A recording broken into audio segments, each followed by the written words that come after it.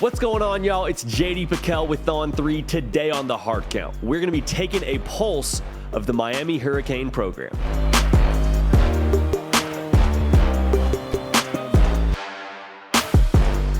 Welcome into the Hard Count, the people show for every single thing that you know and that you love about college football. It happens here on a nearly daily basis. Nick Brake is doing the heavy lifting. You can help drive the show at my Twitter page at JD Pickell. Now, we're going to put on our swimsuits, our button-down shirts, our sunglasses, jump on the plane, 3:05 to my city, headed to Coral Gables for today's Pulse of the program. The Miami Hurricanes have had a lot going on in South Beach. It has been anything but quiet down in Coral Gables. And there's a lot of things to unpack with Miami. It seems like they're going to be, in a lot of ways, a very different looking program from a culture standpoint going into 2022.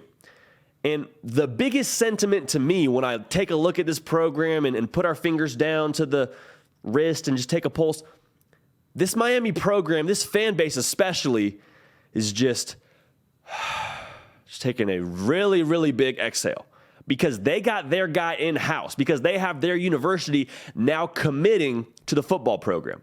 Previously under Manny Diaz, they'd kind of found ways to get it done towards the end of last year, but to have the university go on offense and go get a guy in one of their own in Mario Cristobal, a guy who understands not just Miami, but understands the U, the fan base now feels like, okay, now we're actually taking some steps forward. Before it felt like one step forward, two steps back. Okay, we got our quarterback. Okay, now he's hurt. Okay, we have some direction on offense, and now we don't have anywhere that we're going. The defense looks good. Defense doesn't look good. Now it finally feels like steps are being taken forward, not just in the short term, but in the long term. They feel like they're actually building for something in the future. Building for the future, yes. Even more so, they're excited about right now. They're excited about 2022. And we put out a tweet, and we went to the message boards on the On 3 Miami site, so go check that out if you haven't. I just said, Miami, what's the pulse of your program? Miami Hurricane fan base, what's going on down there in Coral Gables? Tell me, enlighten me. And we got 50, 60, 70 GIFs just coming down the pipe. I mean, so many that were the fire emoji and different movie scenes. I mean, the overall sentiment was, we're jacked up. We're fired up. We're ready to win today. And when talking to people close to the program on the phone, they said, for 2022, it's win the Coastal or bust. Like, that's what it comes down to. We need to win the Coastal Division or we're not happy with our 2022 season. Now, a lot of people set their sights even higher, but at the very least, they want to win the Coastal.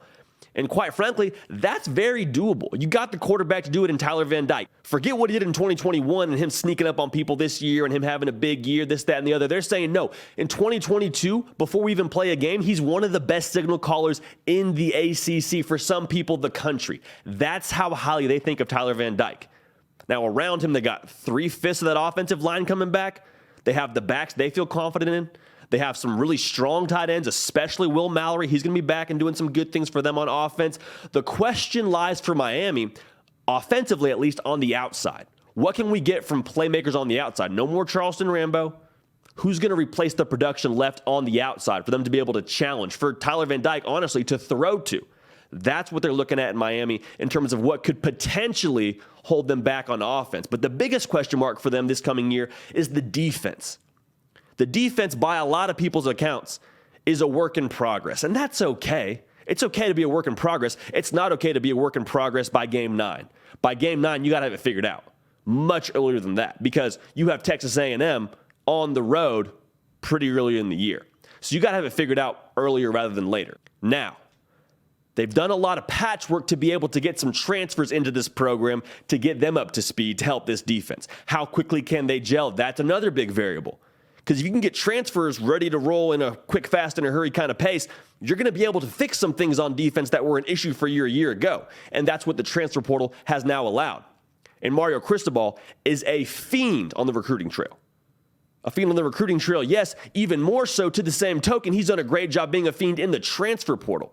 We talk about it all the time. Programs now can treat the transfer portal like Publix. You just go down the aisle, pick and choose what you want. I trust Mario Cristobal. This fan base trusts Mario Cristobal and what he's been able to do for this program in terms of getting guys they like, and they're going to fit their system on defense. So they're optimistic, but at the same time, they understand, hey, the defense is a work in progress. If we don't get where we want to go, it's likely going to be because of that side of the football. And to get where they want to go, their sights are very much set on Clemson.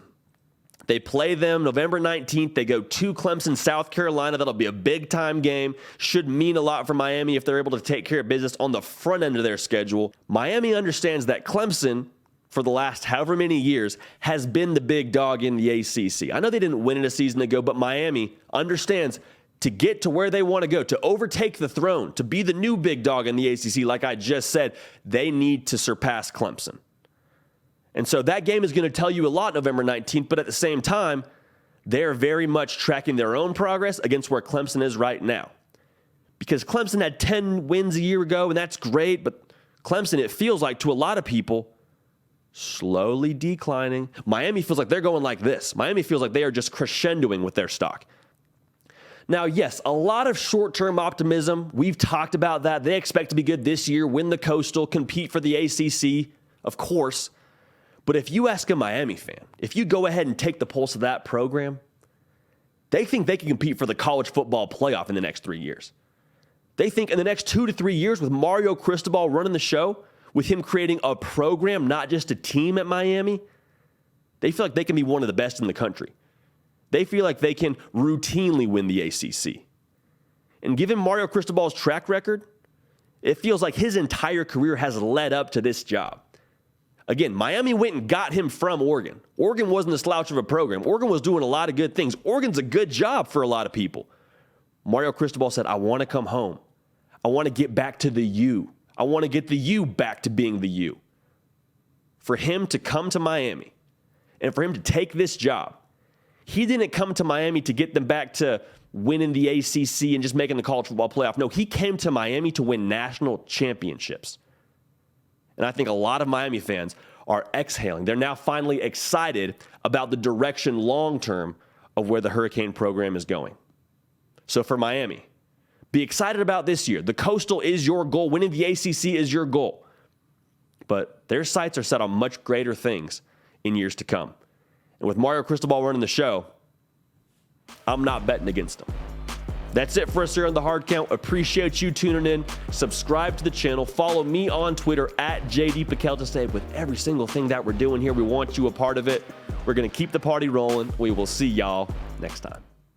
Hey y'all, thanks so much for watching. Subscribe to the channel here to make sure you don't miss an episode of The Hard Count. Also be sure to check out other videos on the On3 YouTube channel.